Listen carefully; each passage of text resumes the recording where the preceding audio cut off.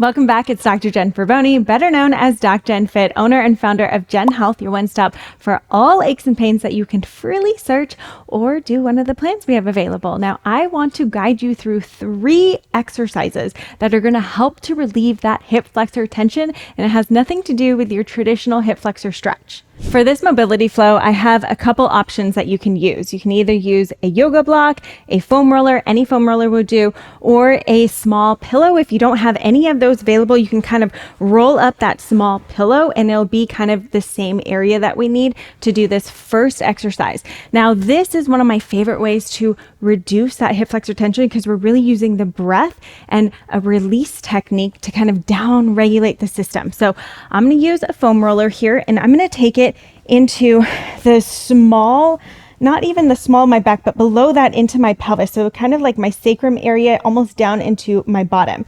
Now from here, I'm going to bring my knees up, and a little bit of a posterior tilt here is what you want to create. So not allowing those hip bones to come forward, but bring those hip bones back toward your rib cage. Then grab one of your knees, kick out your foot, and I want you to start to breathe from your rib cage. With the leg straight, every exhale, think of letting that leg be heavy. So the weight of gravity and your leg is what's taking your leg down to stretch those hip flexors. Not wanting that hip bone to come out, but keeping that hip bone up towards your rib cage. Take a deep breath in from that rib cage. Exhale. Allowing that leg to fall. We're doing 5 deep, slow breaths. Inhale, exhale. Each exhale, you should feel that fall a little bit more. And if you want a little bit more into that hip flexor, think of rotating that toe in just a little bit of internal rotation kind of helps here. Your leg is going to naturally want to fall out to the side. Try to keep it down right in front of you, which is going to be hard to know because you're trying to relax and just breathe here. So allow your leg to do its thing, but notice if it does start shifting a lot to the side, just kind of move it back, take that deep breath and relax. 5 breaths on one side, then we'll switch, kick that foot out. So I hold this knee in because that kind of helps to lock my pelvis back so that it doesn't come forward. So I don't allow that knee to come forward with my leg falling down, and I take those deep, slow breaths. So it's 5 slow breaths, really thinking of breathing from that rib cage area. And exhale. Inhale. So this is like a great one to come back to as well if you're like working at a desk all day long. You just did a really hard workout and you just need to find that down regulation in your body so you're not going into your day super stressed after just stressing your body out. So these not only are great on recovery days, but think about it at the end of the day. Think about it at the end of a workout. So things that you can come back to help reduce tension overall. Okay? And then we'll come out of there. Now we wanted to create that hip flexor opening and that hip extension so that it could be a little bit easier into this next exercise. So now we're going to make it active. So we're actively going to go into hip extension by using our glutes and hamstrings. So I'm going to push into the floor. If this is uncomfortable on your wrists, you can always fold your mat up just a bit. Make sure that your palms are a little bit elevated. That takes some pressure off of your wrists. You can always use, put your hands on weights as well, or you can, sometimes I like to just move in a small ottoman and you could put your forearms on that ottoman and you'd be at the same quadruped position.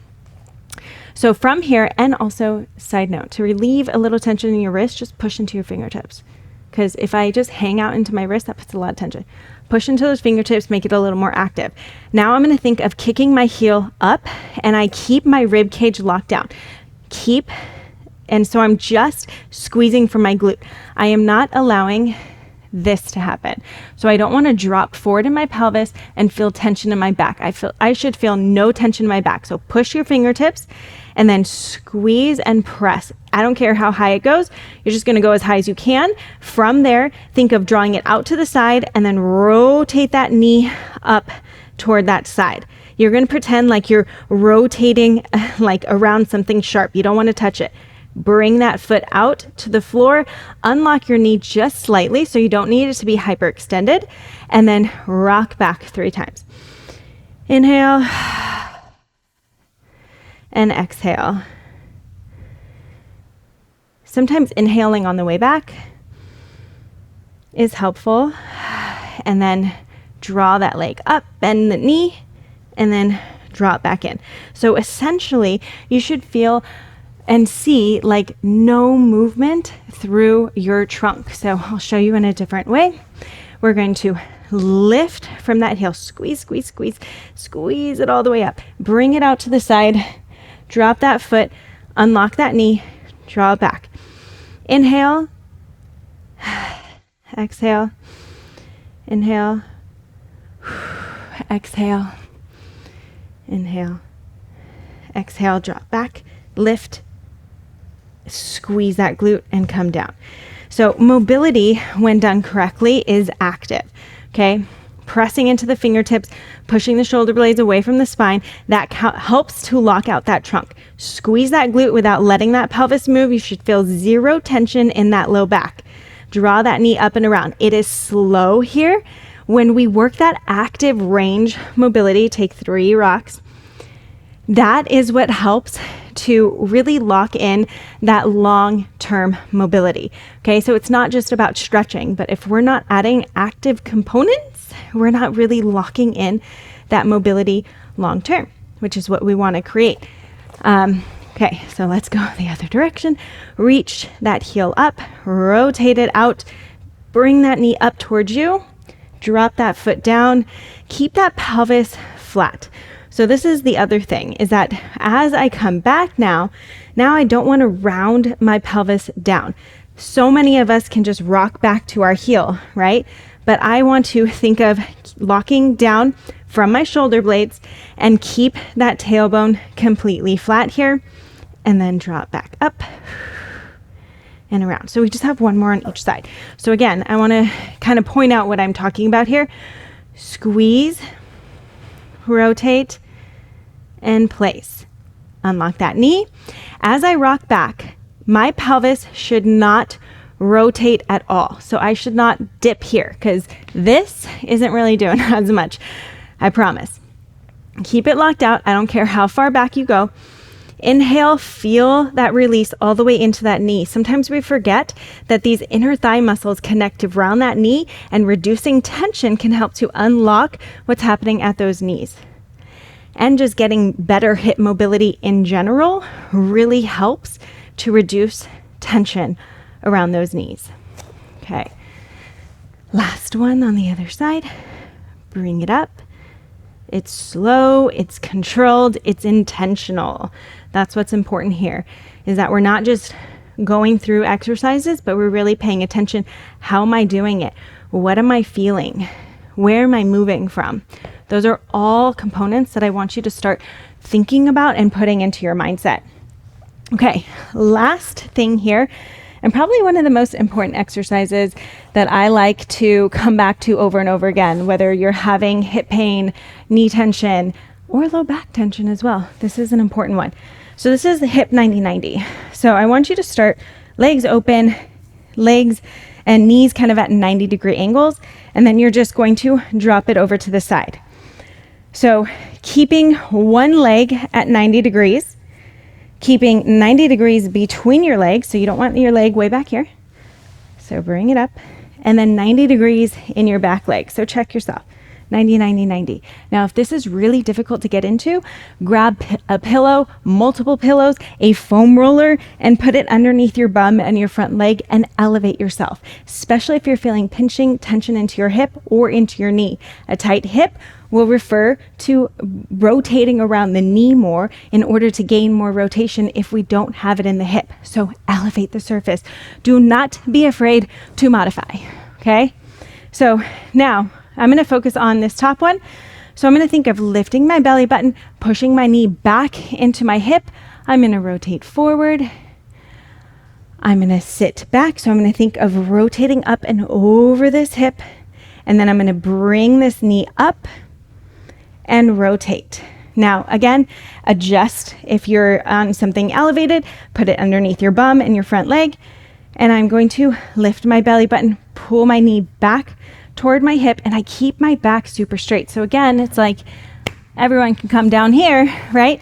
But we're thinking of keeping that back straight, targeting right into that hip. That's why I like to say knee back, as if it's going to come back into that hip, reaching up and over, sitting toward the ground, and then lift and rotate. Let's do that again. Knee back toward you, belly button up, knee back, back, back. You should feel stretch into that glute. And then come back, rotate, and sit toward the ground. And then lift this knee. If you can, don't use any hands. But see how slow we're going? Intentional here. Lift that belly button. Push that knee back. Take a deep breath. Go as far as you can. Rotate back. Get into that hip. Lift that knee. Bring it back. We just have one more. Bring that knee back. Lift and over. Sit back. Lift that knee. Coming. Bring that knee back. Lift. And then sit back. Okay, we're just going to end with a few breaths in each direction. So bring that knee back. And I want you to think again from that rib cage. I'm going to open up some deep breaths. Keep those shoulders down and relaxed. Keep that neck relaxed. Open from the back, open from the sides. Each exhale, see if you can go a little bit deeper, not by rounding. Keep that back straight. So think of pulling those shoulders down, straighten that back, pull that knee into your hip. You should start to feel that stretch targeted into the glute. This is how we're really targeting that hip mobility. Okay, 3 deep, slow, long breaths, then we'll switch it over to the other side. Use support as you need, and we're going to do 3 breaths. I like to, there's a hip bone right here, take it out to the side and down. So down, out to the side, there's a muscle here that likes to kick on. So place a little finger, relax tension, just shake it out and breathe into that hip. 3 long, slow breaths. Again, my breath is coming from my rib cage area.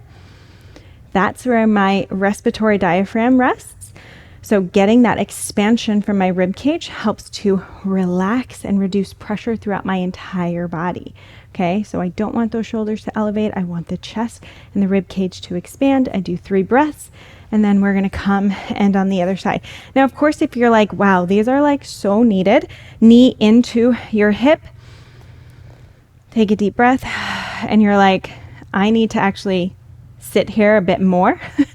Feel free. Take more than 3 breaths. Readjust yourself, right? I'm lifting my belly button. I'm lengthening my shoulders. I'm inhaling for my rib cage and back. As I exhale, each exhale, I get deeper into that stretch. For me, I'm tighter in hip external rotation, which is why my knee tends to pop up off the floor. I feel a lot more of a stretch a little bit higher. For others, you might need to be a little bit lower. Maybe your knee is already on the floor. Maybe you don't even need to focus on the external rotation as much. So it's like an eye opener as well for those who maybe do yoga regularly, are really open in pigeon pose. You might not need to spend a lot of extra time doing hip 90-90 forward, but maybe you need to spend a little extra time doing internal rotation this way. Okay, so again, you can find that hip bone, walk it out, put a little pressure, breathe. Okay, again, spend more time in each of these. You can always do another round if that felt really good, or you just want to move on your own.